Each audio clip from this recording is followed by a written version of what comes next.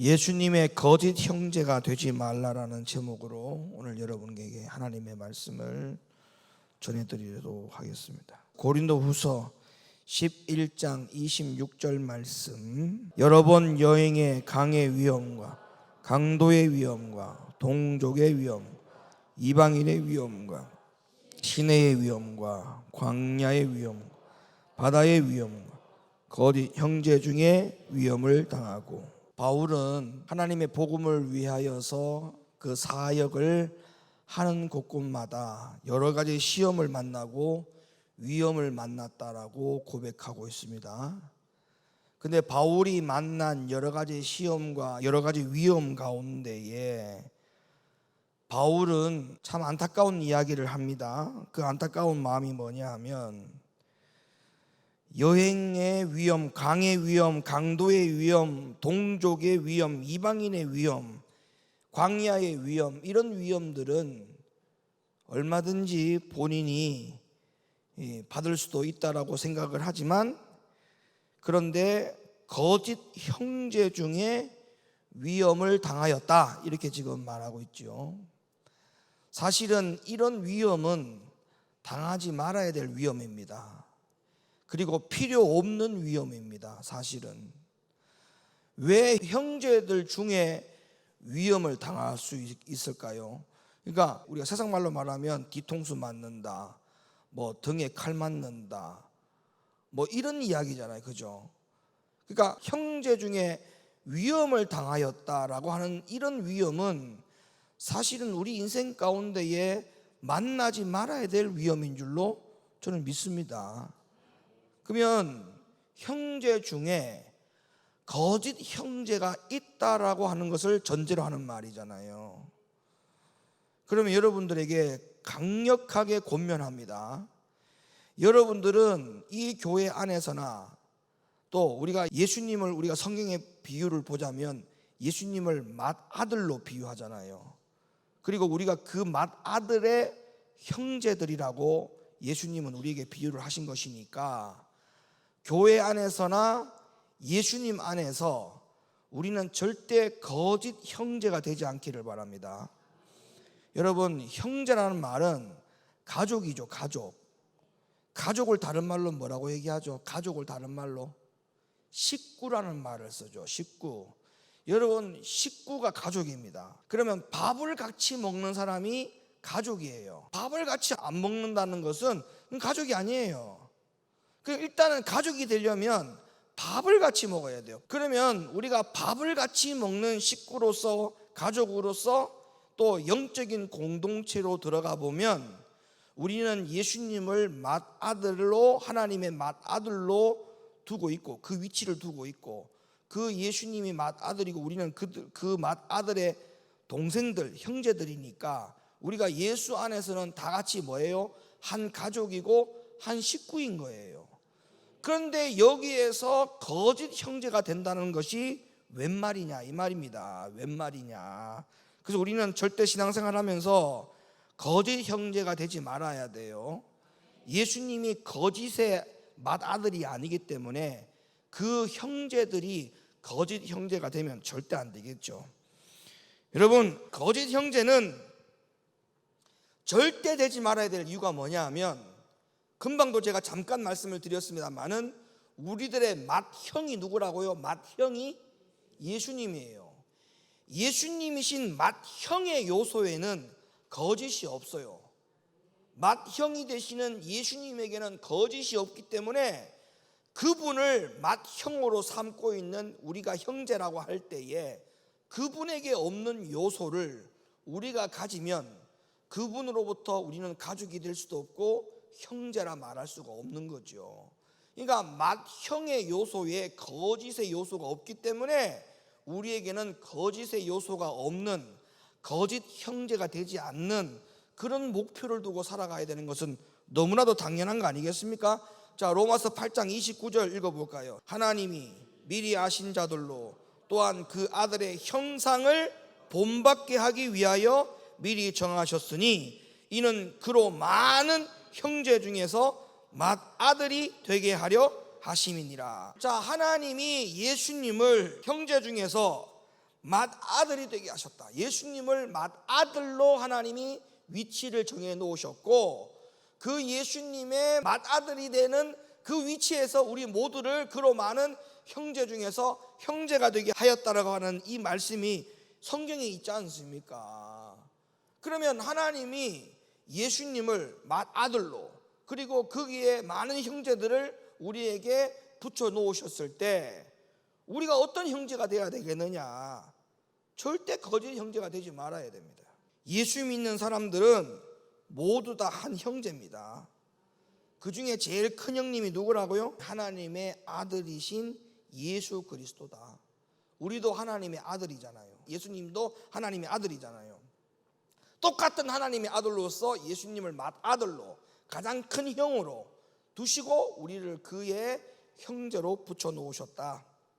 그렇다면 우리는 맏아들의 형님 되시는 예수님의 요소를 당연히 닮아야 되지 않습니까? 물론 한 부모 배에서 나온 자식들이 다 똑같을 수는 없어요. 그거는 육신의 형제는 그럴 수 있어요. 육신의 형제는. 근데 우리가 하나님의 아래에 있는 영적인 자녀, 거룩한 자녀잖아요. 거룩한 자녀.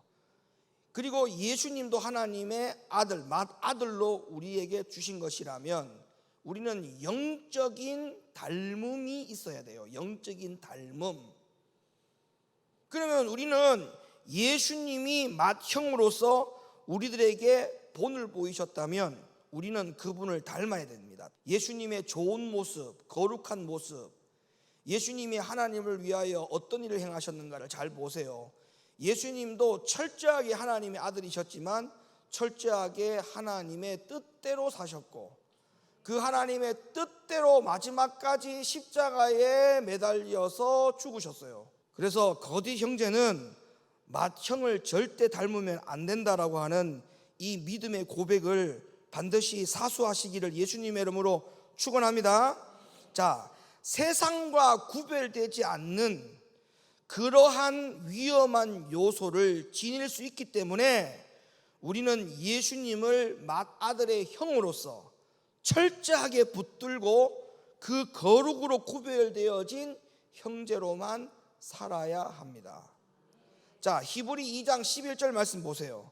거룩하게 하신 자와 거룩하게 함을 입은 자들이 다 하나에서 난지라. 할렐루야.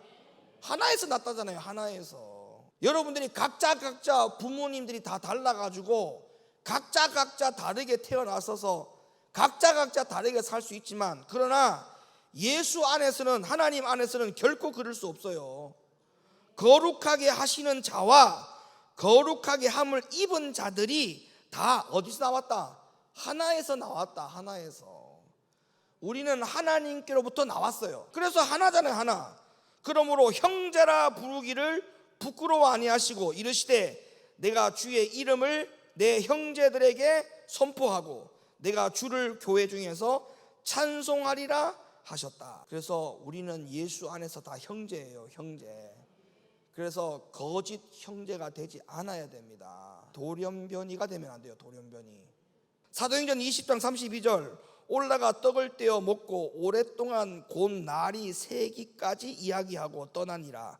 사람들이 살아난 아이를 데리고 와서 위로를 적지 않게 받았더라. 날이 새기까지 이야기하고 떠났다. 누가? 형제가. 사도행전 26장 18절 그 눈을 뜨게 하여 어둠에서 빛으로 사단의 권세에게서 하나님께로 돌아가게 하고 죄사함과 나를 믿어 거룩게 된 모든 무리 가운데서 기업을 얻게 하리라 하더이다. 히브리 12장 14절을 읽어볼까요? 모든 사람으로 더불어 화평함과 거룩함을 쫓으라. 이것이 없이는 아무도 주를 보지 못한다. 맏형이신 예수님을 보지 못한다는 거죠. 거룩함이 없이는. 그래서 예수님을 맏형으로 두고 살아가는 참된 형제들은 맏형이 거룩했다면 그의 형제들도 다 거룩해야 되는 겁니다. 그래서 거짓 형제가 절대 되지 말아야 된다는 것, 그것을 여러분 분명히 명심하시기를 바랍니다. 예수님을 맏형으로 우리가 그분의 형제로 살아가는 참 형제들은 아버지께 순종하지 않는 위험의 요소를 지닐 수 있기 때문에 우리에게는 가장 위험한 것이 될 수가 있습니다. 여러분, 예수님을 맏형님으로 둔 참 형제는 예수님도 아버지의 말씀에 순종을 했잖아요. 그러니까 그의 형제들도 당연히 어떻게 해야 돼요? 아버지 하나님의 말씀에 뭐 해야 돼요? 순종해야 되죠. 자, 마태복음 12장 46절, 예수께서 무리에게 말씀하실 때에 그 모친과 동생들이 예수께 말하려고 밖에 섰더니 한 사람이 예수께 여짜오되 보소서, 당신의 모친과 동생들이 당신께 말하려고 밖에 섰나이다 하니, 말하던 사람에게 예수님께서 뭐라고 말씀하셨습니까? 누가 내 모친이며 누가 내 동생들이냐 하시고 손을 내밀어 제자들을 가리켜 가라사대 나의 모친과 나의 동생들을 보라. 누구든지 하늘에 계신 내 아버지의 뜻대로 하는 자가 내 형제요 자매요 모친이니라 하시더라. 예수님이 직접 말씀하셨잖아요. 맏형이신 예수님이 우리 형제들에게 하는 말이, 누가 우리의 형제냐, 누가 우리의 모친이냐, 아버지의 뜻대로 하는 자가 내 형제요 내 모친이니라. 예수님이 직접 말씀하셨어요. 그러니까 예수님이 맏형으로서 우리에게 보여주신 본이 뭐냐? 철저하게 예수님은 맏형이신 예수님은 하나님 아버지의 말에 순종하고 살았대요. 우리가 그분의 형제들이라면 우리도 마찬가지 뭐 해야 돼요? 순종해야 돼요. 이게 참 형제가 될 수 있는 자격이에요. 참 형제가. 예수님을 큰 형이 큰 형. 여러분, 아버지의 말씀대로 순종하지 않으면 그 사람은 자기 마음대로 살아가는 고아라는 사실을 알아야 됩니다. 왜냐하면 고아의 마음에는 아버지를 사랑하는 마음이 생겨날 수가 없어요. 고아의 마음에 아버지의 마음이 어디 있어요? 그 마음이 없어요. 세상에 대한 마음이 더 있지 아버지에 대한 마음이 없잖아요. 그러니까 내가 아버지의 말에 순종하지 않는다라고 하는 것은 본인 스스로가 고아라는 것이 증명되는 거죠. 그래서 요한이 이렇게 지적을 했어요. 요한 1서 2장 15절, 이 세상이나 세상에 있는 것들을 사랑하지 말라. 누구든지 세상을 사랑하면 아버지의 사랑이 그 속에 있지 아니하니, 이는 세상에 있는 모든 것이 육신의 정욕과 안목의 정욕과 이생의 자랑이니 다 아버지께로 쫓아온 것이 아니요 세상으로 쫓아온 것이라.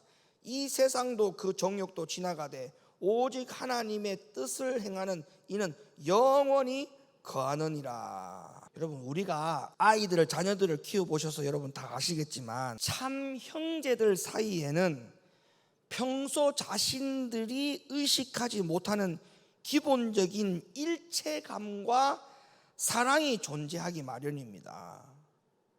하물며 영적인 것은 어떨까요? 영적인 것은 진실하게 믿는 자들을 보면 믿지 않는 친척이나 심지어 형제들보다 더 반갑고 기쁜 친밀감을 느끼는 것이지요. 그런데 이때 믿는 자들끼리라도 어떤 친밀감이 중요하냐? 세상적이고 인간적인 친밀감은 아무 소용없어요. 예수 안에서. 예수 안에서 참 형제들 간에 긴밀한 친밀감과 긴밀한 사랑은, 인간적인 친밀감과 인간적인 사랑은 아무 소용이 없다니까요. 자, 에베소 4장 3절, 평안에 매는 줄로 성령이 하나 되게 하신 것을 힘써 지키라. 몸이 하나요 성령이 하나이니 이와 같이 너희가 부르심의 한 소망 안에서 부르심을 입었느니라. 주도 하나이요 믿음도 하나이요 침례도 하나이요 하나님도 하나이시니 곧 만유의 아버지시라. 만유 위에 계시고 만유를 통일하시고 만유 가운데 계시도다. 믿는 자들끼리라도 뭐에 대한 하나? 성령의 하나됨을 이루어 가라. 예수 형제들끼리 모여놓고 세상적인 친밀감을 그걸 유지를 한다면 그게 어떻게 성령의 하나 되심으로 친밀감을 유할 수 있다라고 말할 수가 있습니까? 가족은요, 제가 아까도 말씀드렸잖아요. 식구라 했어요. 식구. 밥을 함께 먹을 관계가 되어야 식구입니다. 식구. 근데 제일 중요한 건 뭐냐? 그 밥을 먹는 식구의 공동체 안에는 성령의 하나됨을 절대 잊어버리면 안 돼요. 밥을 먹더라도 그 밥을 먹는 모임을 통해서 주의 영광이 드러나야 돼요. 주의 영광이, 주의 은혜가 드러나야 돼요. 할렐루야.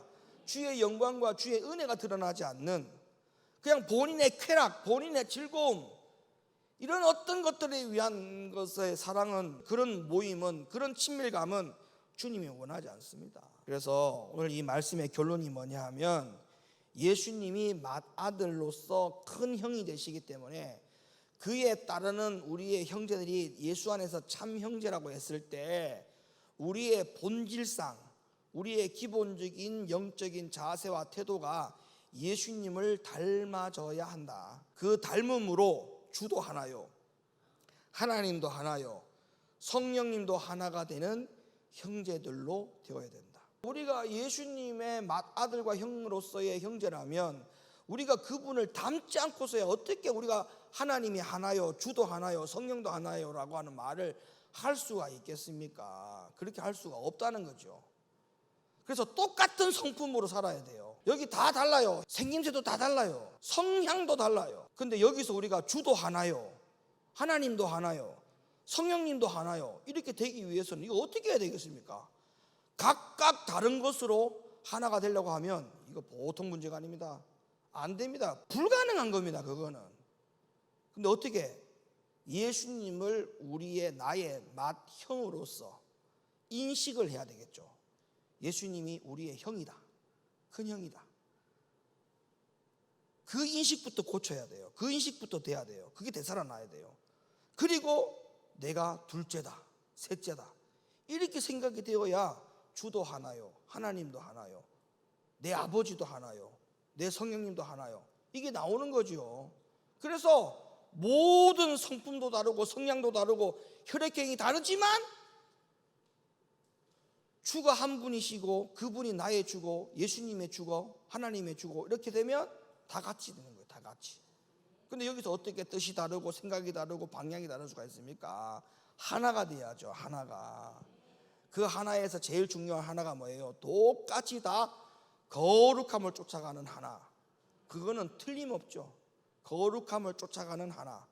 예수님도 거룩함을 쫓아갔고 우리도 거룩함을 쫓아가야만이 그 마지막 제일 꼭대기에 있는 아버지가 하나님 아버지로 다 같이 통일이 될 수 있는 거죠. 절대 우리는 마귀가 우리 아버지 되면 안 돼요. 우리 하나님이 아버지가 돼야 되지 마귀가 아버지가 되면 안 돼요. 여러분, 창세기에 보면 뱀이 저주를 받았잖아요. 뱀이 저주를 받을 때 두 가지 저주를 받았어요. 첫째, 종신토록 배로 다녀라, 배로 기어 다녀라. 또 하나는, 두 번째 뭐였어요? 종신토록 흙을 먹어라 했어요. 흙을. 자, 여기는 육신적인 것과 영적인 저주가 두 가지 다 받은 거예요. 뱀이. 육체적으로는 진짜 배로 기어 다니죠, 뱀이. 그 다음에 흙을 먹으라고 하는 것은 영적인 저주를 받은 거예요, 뱀이. 근데 여기서 이 흙이라고 하는 것은 사람을 말하는 거예요. 사람을 지칭한다고 했죠. 근데 여기서 말하는 것은, 잘 보세요, 흙의 사람이에요. 흙의 사람. 영의 사람이 아니에요. 흙의 사람을 먹는 거예요. 그러면 우리가 영과 육이 있잖아요. 영은 마귀가 못 건드려요. 우리가 마귀의 밥이 되는 부분은 어디예요? 흙의 부분이에요. 흙이 뭐예요? 육체죠, 육체. 그러니까 마귀의 먹잇감이 되는 사람은 누구냐면, 잘 들으세요, 육체의 사람, 육신적인 사람, 겉사람으로 살아가는 사람은 맨날 첫날 마귀의 먹잇감이 됩니다. 종신토록 흙을 먹으라 했기 때문에 아예 사냥감을 갖다 주는 거예요. 자, 먹어라 하고 마귀에게 그냥 갖다 주는 거야. 내가 육신적이고 겉사람으로 살아간다는 것은, 뱀에게 창세기로부터 하나님이 저주를 받을 때 하나님이 먹잇감으로 허락해 준 것이 우리들 가운데 육신적으로 사는 사람이 되어질 때에 마귀에게 먹잇감으로 주도록 하나님 그렇게 딱 질서를 잡아놨어요. 그렇다면 마귀가 우리에게 있어서 먹지 못하는 존재가 되려면 우리는 흙이 되면 안 되고 영이 돼야 돼요. 영이 되는 게 뭐예요? 예수님이 맏아들로서 큰 형이 되고 우리가 그분의 거룩한 참된 형제가 되어지면 마귀가 우리를 먹을 수가 없죠. 왜? 육체의 존재가 아니고 우리는 영의 존재가 되기 때문에. 그렇기 때문에 우리는 절대 육신적으로 살면 안 된다는 이야기를 계속 거듭하는 이유가 바로 그거고, 변화가 돼야 된다고 그러고, 마음의 가죽을 베어야 된다고 이야기를 하고, 굳은 마음을 빨리 없애야 된다고 하는 이유가 다 거기에 있다는 거예요. 그래서 우리 믿는 자들끼리라도 성령의 하나 되게 하신 것을 힘써 지키시기를 바랍니다. 이거를 깨면 안 돼요. 성령의 하나 되게 하신 믿음을 깨면 안 돼요. 지켜야 돼요. 지켜야 돼. 하나 되게 하심. 기도합시다.